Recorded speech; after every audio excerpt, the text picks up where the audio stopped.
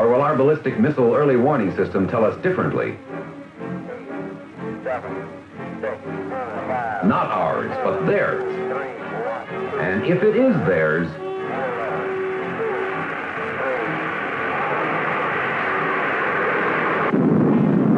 and this is ours? A better design on the drawing board is no immediate effective countermeasure. Our birds must fly when they're required to. The high complexity of modern-day weapon systems demands the closest possible approach to absolute reliability. There is no second chance.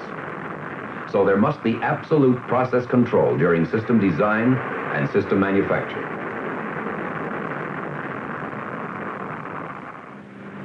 Are these more imports from other lands? Or are they more exports of our own manufacture?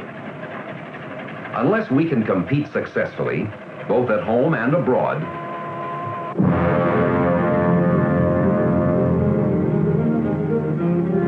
our economy must expand, our industry modernize. To remain strong, to remain free, to enjoy the good life.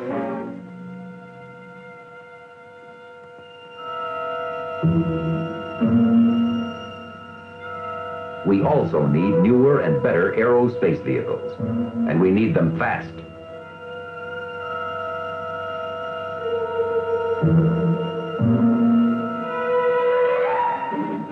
We need newer and better weapons, and we need to get them from design concept and into operation more quickly and at a reasonable cost.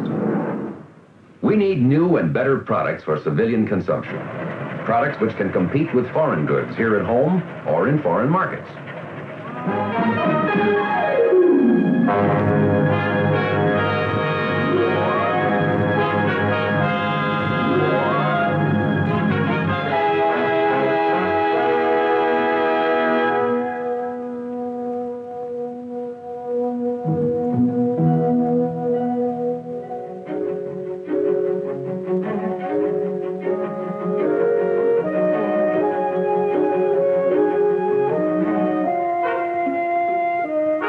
We must have modern manufacturing, as modern as we can make it.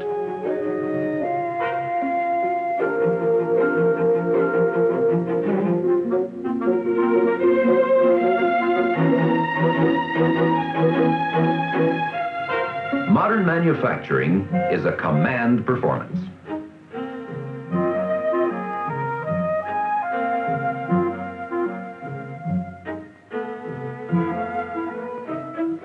Command performance.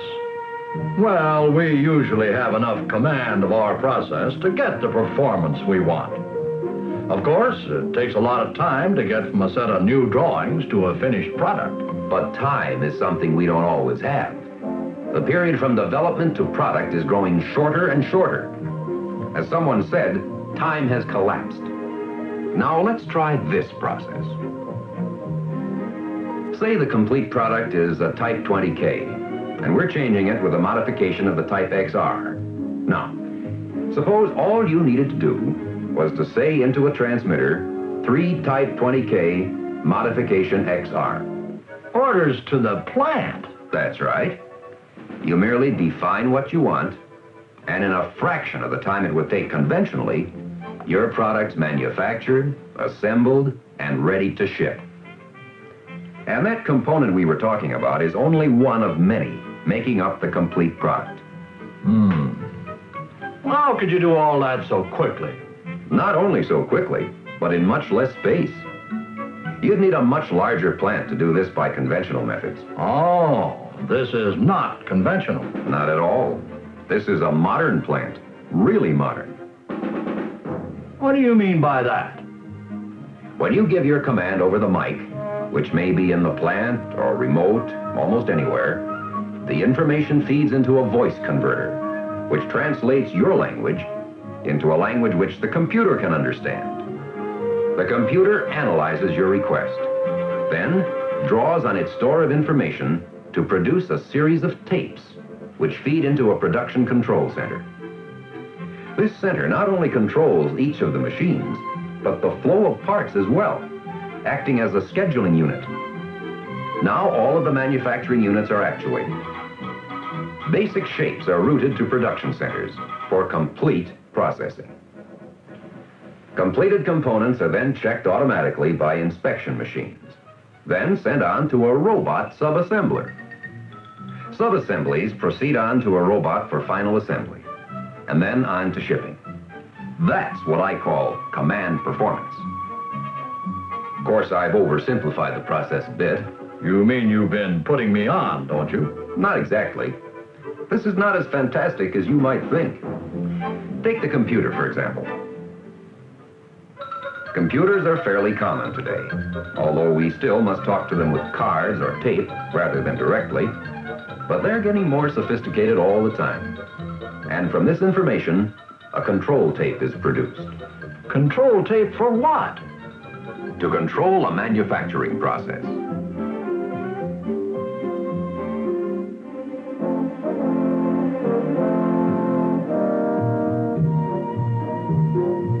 Now, these machines are in existence today.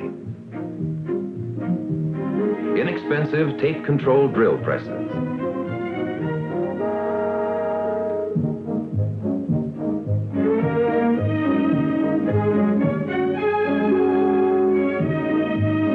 The more sophisticated turret drill presses.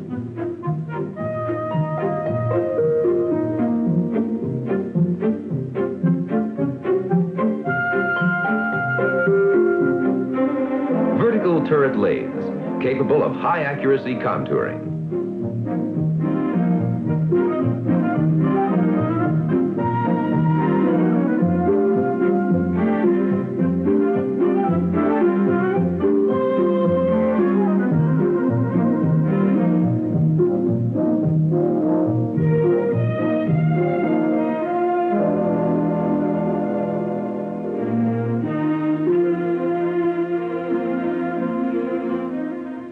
Tape-controlled engine lathes.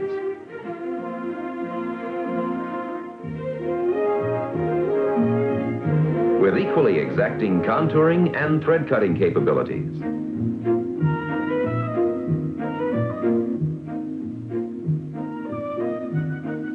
High-precision multi-axis profiling mills. Machining centers that change tools, mill, drill, bore, ream, and tap.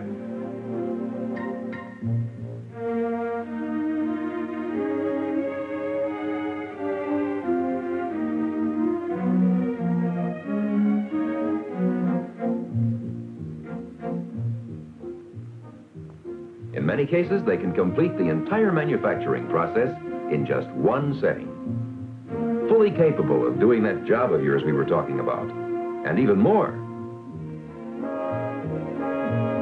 Now, what different tools would you need for this piece? 6 different milling cutters, 4 sizes of drills, 4 reamers, 6 taps, and 4 boring bars. And where you needed 8 machines to use these tools, the whole batch is loaded into a magazine for use by this one machine. All the instructions to the machine are on a punched tape. The intelligence on the tape tells the machine exactly what to do. This is called numerical control, which is one of the means of using mathematical definitions to furnish intelligence a machine can understand. There are many methods of accomplishing this. However it's done, it certainly shortens the chain of command and greatly reduces the opportunities for a breakdown in communications.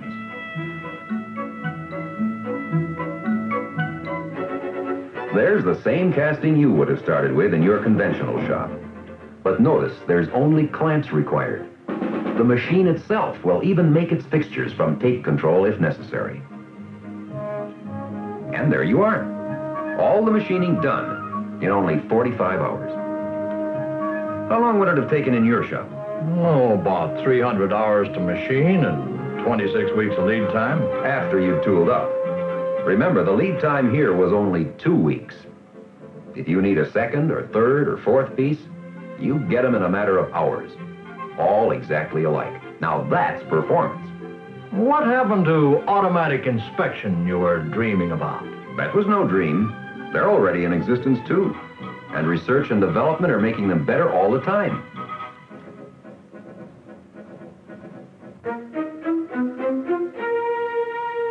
On this machine, a probe is guided by a tape similar to the one used in manufacturing the part.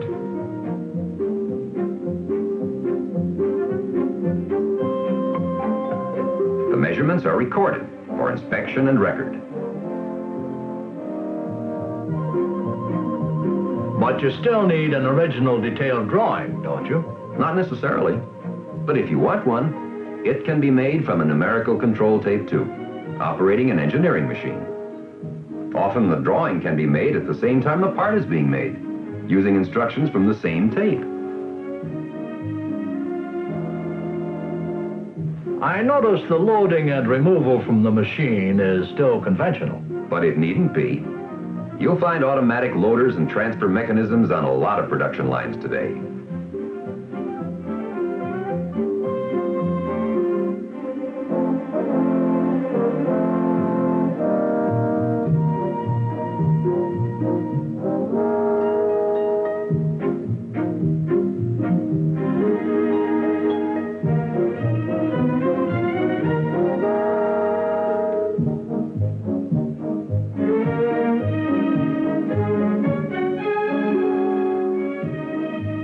This automatic material handler remembers every sheet in its inventory and will deliver it undamaged in seconds.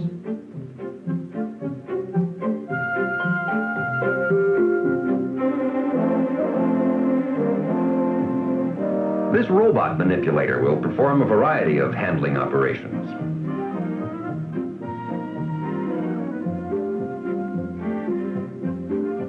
It can be easily taught to load, unload, and assemble parts because of its electronic brain.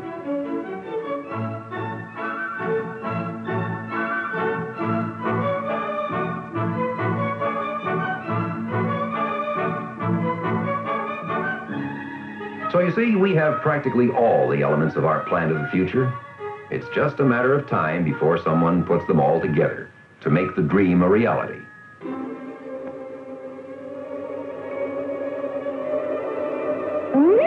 I don't know that anyone has ever produced a crystal ball on one of these machines, but you don't need to be a fortune teller to realize that our success in aerospace depends upon our national capability to produce combat-ready systems with complete reliability. We must produce first, best, and at the lowest possible costs, which are consistent with reliability and reproducibility.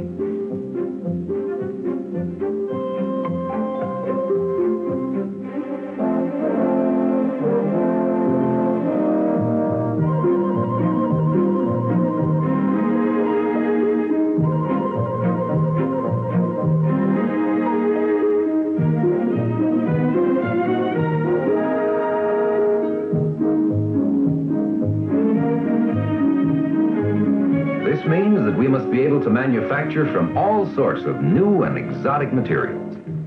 It means we must be able to produce structural members with a high degree of configuration complexity. It means we must produce with greater dimensional control. Some large rocket engine inducers, for example, can't be produced to design concept by conventional manufacturing methods. It means that we must produce components which have structural integrity. This aircraft bulkhead was built up of over 90 different parts, requiring more than 1,000 rivets and high-strength fasteners. You can imagine how long it took to tool, machine, and assemble all these parts. And you can imagine the possible human error involved. The more modern one-piece bulkheads have greater structural integrity, but they were still expensive.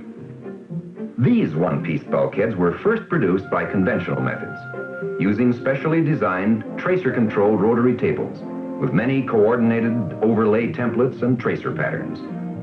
It took 160 hours of machining time to produce one bulkhead, and at considerable cost.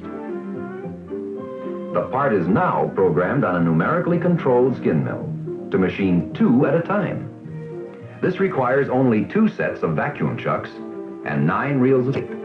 The time reduced to only 9 hours per part, and the cost reduced by 80%. In addition, there's a 25% reduction in weight. Command performance? I'll say. But you can best get it with numerically controlled machines.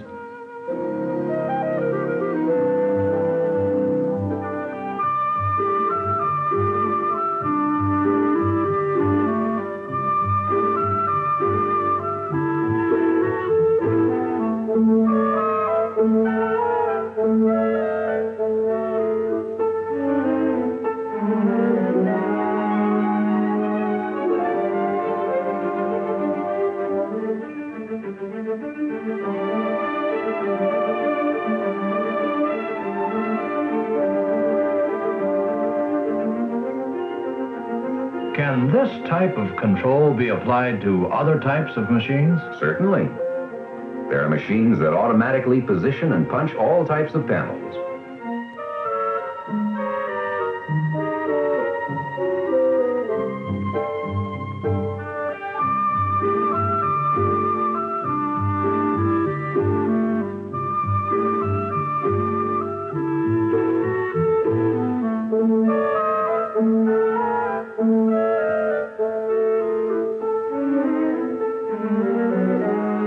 Machines which build up rocket motor cases by the controlled winding of glass filaments.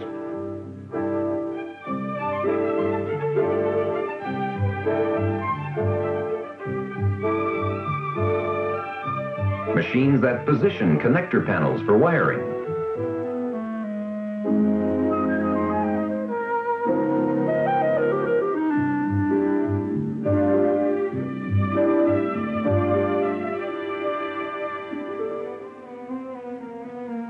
Machines that position and mate the wiring connections on assembled electrical panels.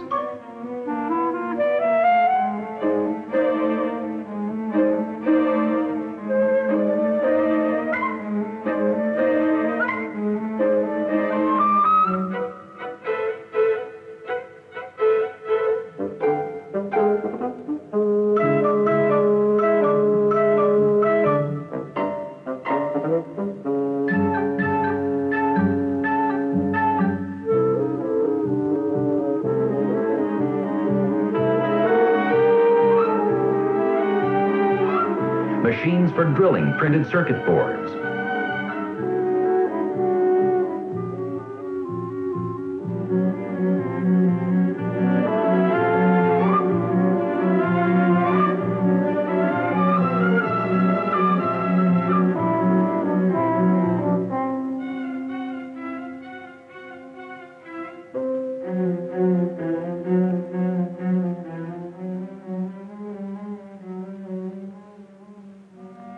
Machines for inserting the components in these boards.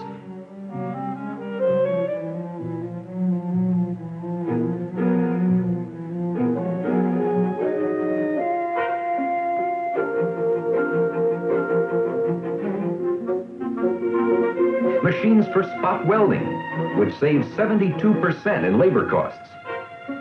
This machine has proved invaluable in spot welding fuselage sections. The more complex fusion welding also can be performed by numerical control. The tape not only controls the positioning and movement of the arc, but also the welding factors, gas flow, current, and the like.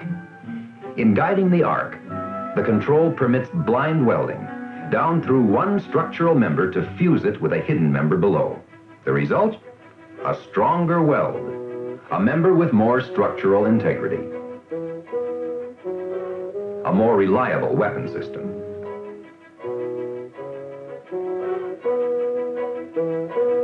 Tubes can be bent by numerical control also. Tailpipes that fit any car precisely.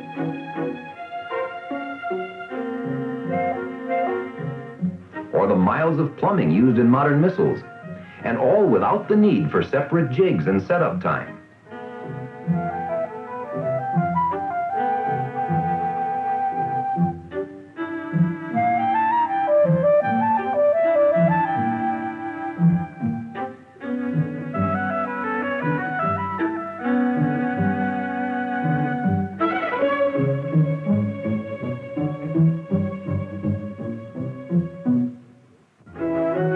far the most versatile and flexible are the numerical controlled machines.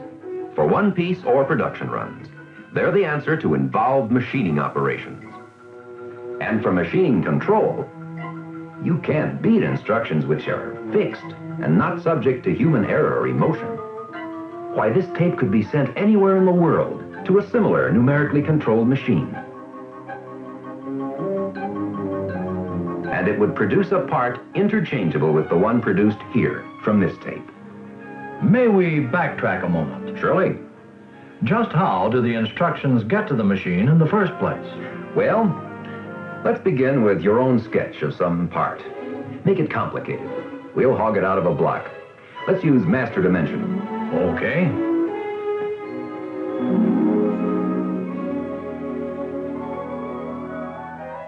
There you are, with all the essential dimensions, but scarcely something a machinist could work from.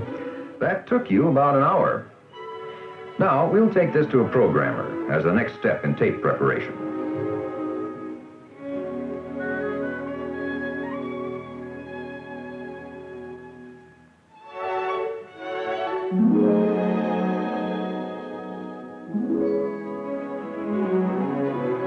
And there's the program.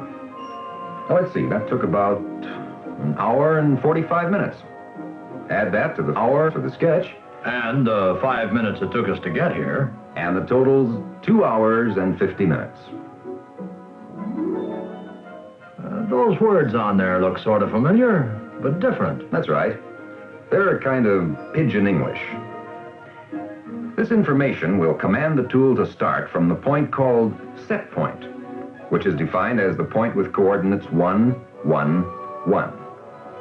With the tool on the right, it is instructed to go right along the line base. At this point in the operation, the tool is sent forward to start cutting a previously defined circle about a previously defined point 2. Now here's that circle on the sketch. You can see it's a language that you can readily understand and use, and one the computer can understand too. As of now, conventional computers do not accept oral commands, so the instructions are put on punched cards or tape.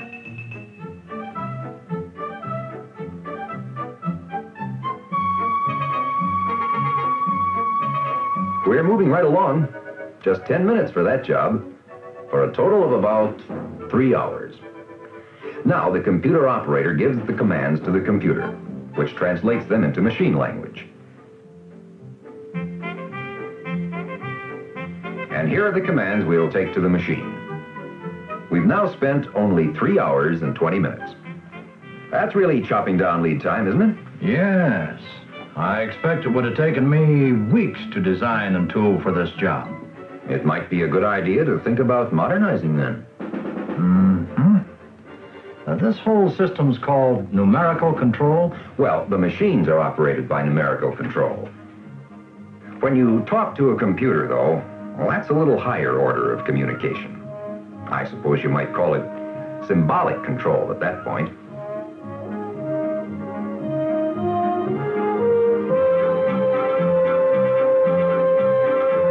But look, your part is already being manufactured.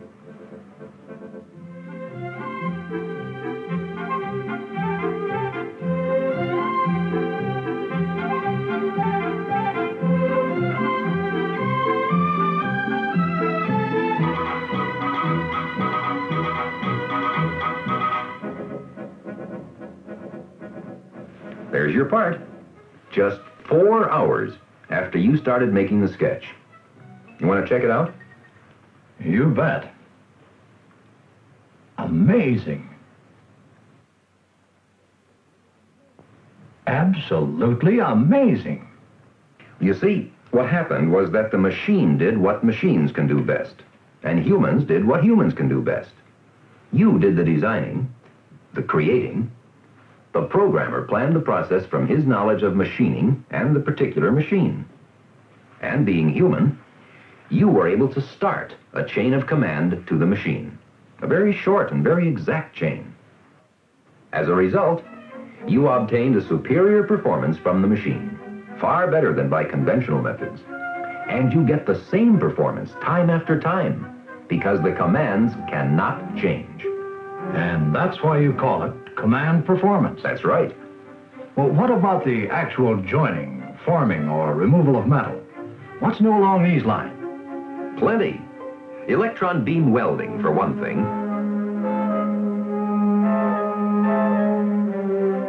Here, even two dissimilar metals can be permanently fused together by the high-velocity electron bombardment in its vacuum chamber. Electrolytic machining, for another. The cooling holes in this turbine blade were eroded to exacting tolerances by this stem drill. The hollow drill electrodes never touch the material, so they need not be reset or replaced.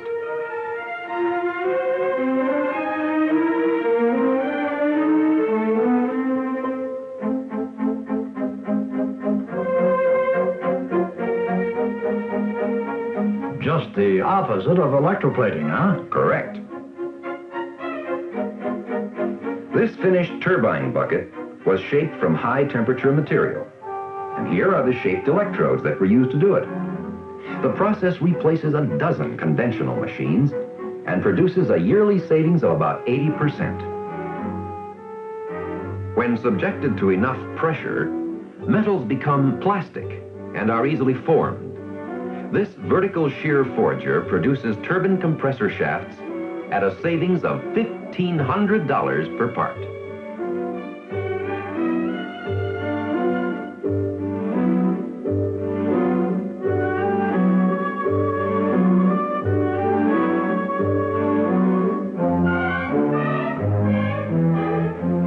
Similar machines will turn out shapes such as cylinders, cones, and rocket motor cases from practically any metal, including many of the exotic alloys.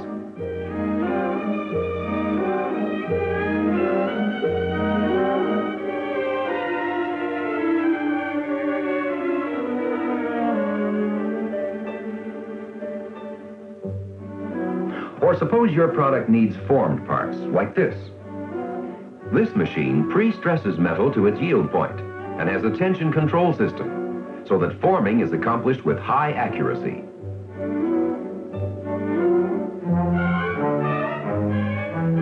This jet engine part was formed from Rene 41 in just 2 minutes, and the savings over conventional methods is 80%. A similar type of process will give you savings of up to 90% on drawn components like this, and permits the use of inexpensive dies.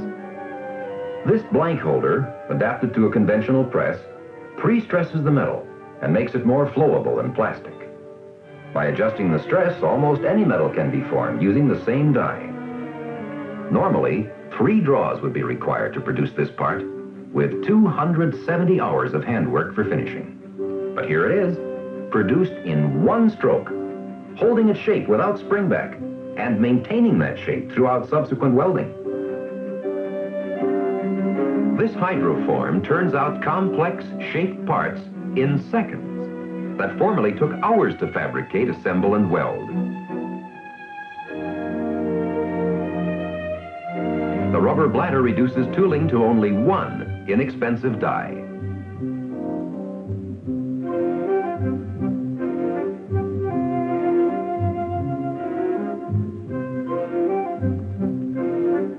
Want more savings in forming metals? Perhaps electromagnetic metal forming is the answer.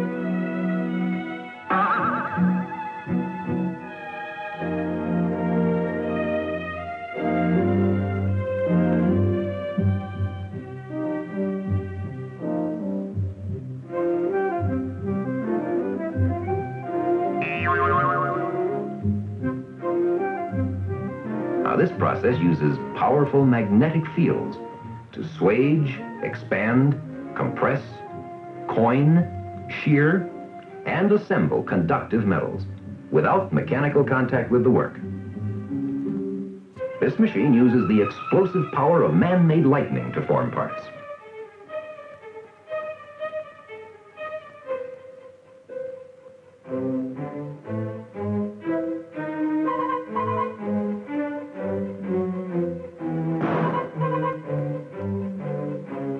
What about forging?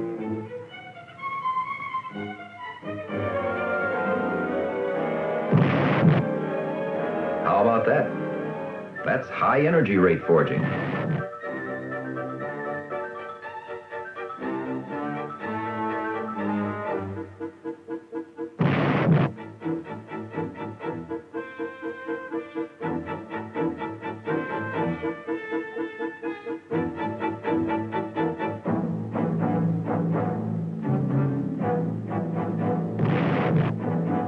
These machines will deliver a terrific amount of energy in a split second to forge such materials as tungsten or even cast iron, as well as the usual materials.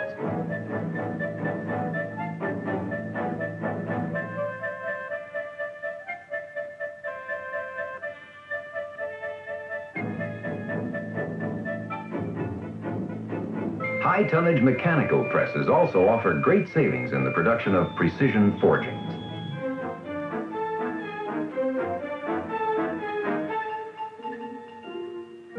For testing electronic systems, there's automatic testing equipment. Here's a complete checkout of a wiring harness. This machine checks missiles, computers, servo systems, and the like.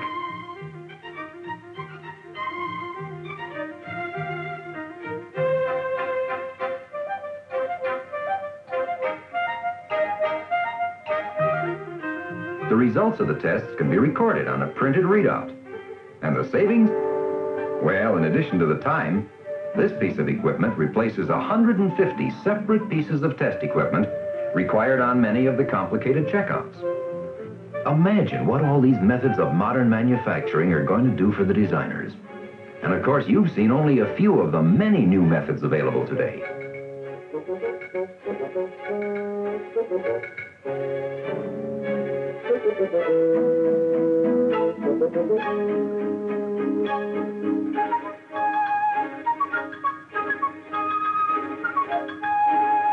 No need for them to be limited by the restrictions of conventional manufacturing. They can now design a part to do the best job without compromise with manufacturing limitations. I doubt if there's a machinist in the world who could have turned out this part and met the required specifications. Yet it's a vital part. And I know that without modern machining, it could never have been produced in time to get our missiles in operation on schedule. And believe me, we must be on schedule in these areas. You know, today in some sections of the world, the smelting of iron is still a primitive process.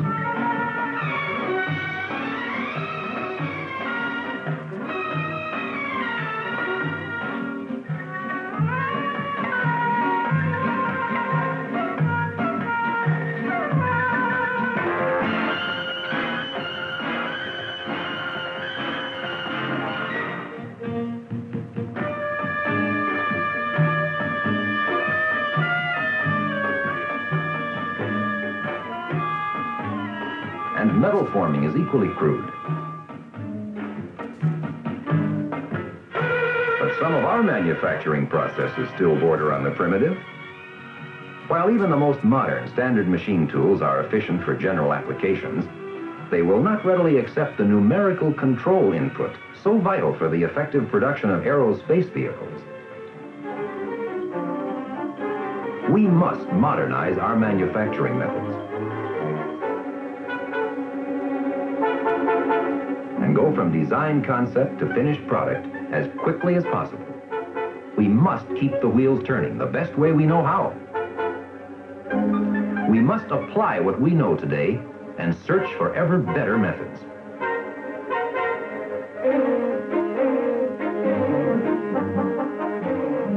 This is a command performance for the survival of industry and our country.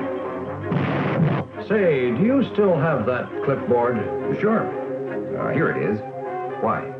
I want to write myself a note so I won't forget something. See?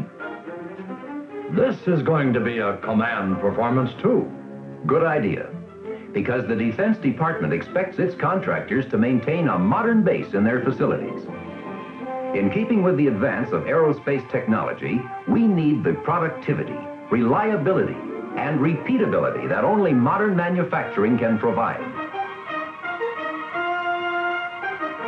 And we all need the savings which can be effected in both time and money.